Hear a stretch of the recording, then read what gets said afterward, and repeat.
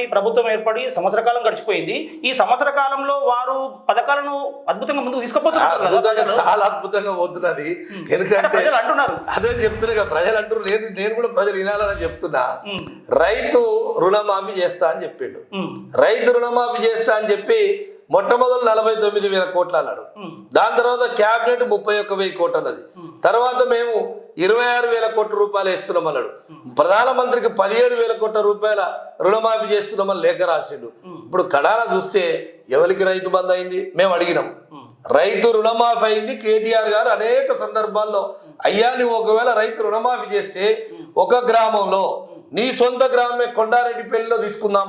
కొండారెడ్డిపల్లిలో ఉన్నటువంటి రైతులు ఎంతమంది, రైతులకు రుణమాఫీ ఎంతమంది జరిగిందో నువ్వు ఒకసారి నిరూపించుకోవాలి సవాల్ చేస్తే ఇంతవరకు రాలే కదా. చాలా మంది రైతులు ఉంటారు, విడతల వారిగా చేస్తామని అంటున్నారు కదా. అరే అయిపోయింది కదా ఆ విడతల వారి అన్నదే జరిగి 14 నెలలు అయిపోయిన తర్వాత ఇక అయిపోయింది రైతు రుణమాఫీ అని చెప్పారు. అసలు రైతు రుణమాఫీ నిజంగా 11,000 నుంచి 12,000 కోట్ల కన్నా ఎక్కువ జరగలేదు. ఇంకా దాదాపు సగం కన్నా ఎక్కువ మంది రైతులు ఇప్పుడు రుణమాఫీ జరగక చాలా ఇబ్బంది పడుతున్నారు.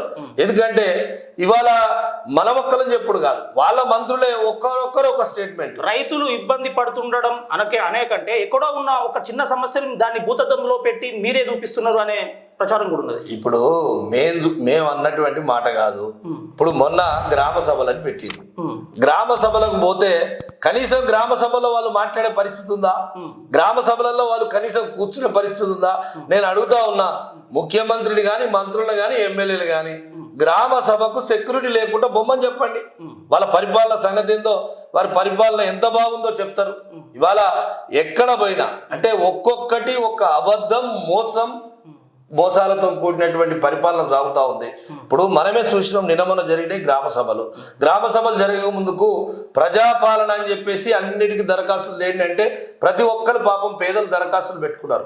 ఎవరు బతికినాయంటే ఒక జిరాక్స్ కంపెనీ కూడా బతికితే బతుకొచ్చు తప్ప ఇప్పుడు ఆ జిరాక్సులు తెచ్చితే అవి ఎక్కడ పోయినాయో, చెత్త కుప్పలలో పోయినాయో, ఎక్కడ పోయినాయో తెలియదు. అవన్నీ టిక్కులు పెట్టిన తర్వాత మళ్ళా సమగ్ర సర్వే కుటుంబ సర్వే అని చెప్పి మళ్ళా పెట్టారు. మళ్ళా దరఖాస్తులు పెట్టుకోరంటే రేషన్ కార్డు లేని వాళ్ళు, ఇందిరమ్మ ఇల్లుకి ఇస్తా అంటే పెట్టిన వాళ్ళు అనేక రకాలుగా పెట్టిన తర్వాత మొన్న మరి అంటే దీన్ని ఒకటికి 4 సార్లు ఫిల్టరైజేషన్ చేయడం, సమగ్రంగా అసలు వాస్తవ పరిస్థితి తెలుసుకోవడం అనుకోవచ్చు. అదే చెప్తా, 1కి 2 సార్లు తెలుసుకోవడం మంచిదే. నువ్వు చెప్పిన దానికే ఏకీభవిద్దాం. మొన్న ప్రజా పాలన అని చెప్పేసి పెట్టినటువంటి దాంట్లో మొన్న గ్రామ సభలు పెట్టారు. గ్రామ సభలలో ఏం చేసిర్రు? ఈ గ్రామంలో 400 మంది లబ్ధిదారులు ఉండరు. ఆ 400 మందిలో ఇప్పుడు ఒక 40 మందికి మేము ఇస్తున్నాం. 40 మంది లిస్టు ప్రకటించగానే అక్కడ వచ్చినటువంటి వ్యతిరేకత, అక్కడ వాళ్ళు దాదాపుగా ఎమ్మడిపడి వాళ్ళను బెదిరించే కాడికి వచ్చింది. ఎందుకంటే మా స్కీమ్ ఎందుకు రాలేదు, మేము అర్హులం, అసలు ఈ 40 మందిలో ఉన్నటువంటి వాళ్ళు ఒకరు హైదరాబాద్లో ఉండరా, వాళ్ళు గవర్నమెంట్లు ఉండరా, అసలు అది కూడా సమగ్రంగా సర్వే జరగలేదు అని చెప్పంటే మళ్ళీ ఏమంటున్నారు అంటే ఇప్పుడు దరఖాస్తులు పెట్టుకో అంటారు. మోసం ఏడుందో మీ ద్వారా నేను చెప్తా. ఇప్పుడు మీ దగ్గరనే సమాచారం ఉంది, మీరే కుటుంబ సర్వేలో మొత్తం టిక్కులు పెట్టిర్రు. తర్వాత ఇంతకు ముందుకు ప్రజాపాలన పేరు మీద దరఖాస్తులు తీసుకున్నారు. ఇప్పుడు మళ్ళీ ఏమంటున్నారు అంటే వాళ్ళు ఎమ్మడి పడంగానే ఇది అన్ని ఎందుకు రాలేదని ఎమ్మడి పడంగానే అయ్యో అట్లా అని చెప్పి ఏమంటే మీరు దరఖాస్తులు పెట్టుకోమంటారు. అంటే నీ దగ్గర సమాచారం ఉన్నాక దరఖాస్తులు పెట్టుకోమంటారంటే ఇది మోసమా కాదా? ఇది మోసం అన్నట్టే కదా.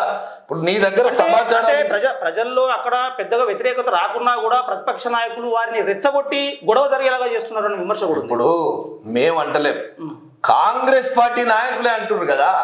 ఇప్పుడు మేము బీఆర్ఎస్ కార్యకర్తలు కండువాలు వేసుకొని పోయి అయ్యో మీరు ఇది పెట్టురు అని అంటలేం. ఇప్పుడు నువ్వు గ్రామ సభ పెడితే అన్ని పార్టీల వాళ్ళు వస్తారు కదా. ఒక టీఆర్ఎస్ వాళ్ళు పోయి బీఆర్ఎస్ వాళ్ళు పోయి మొత్తం మీరు ఏం చేయకూరి లొల్లి పెట్టిరు అని చెప్తలేరు కదా. ప్రజలే వచ్చి స్వయాన అడుగుతున్నారు, ప్రజలే వచ్చి వాళ్ళని ఎమ్మడి పడుతున్నారు, ప్రజలే వచ్చి వాళ్ళని ప్రశ్నిస్తున్నారు. అంటే దాన్ని ఏమనుకోవాలి అంటే మీరు చేసేటువంటి మోసాన్ని వాళ్ళు కూడా పసిగట్టిరు. ప్రజలేమో అంత తెలివి తక్కువ వాళ్ళు కారు, లేకుంటే ఇవాళ అమాయకులుగా లేరు. ఎందుకంటే ఇవాళ మీడియా ప్రపంచంలో ప్రతి ఒక్కటి వాళ్ళకి తెలుస్తూనే ఉంది. Like and subscribe.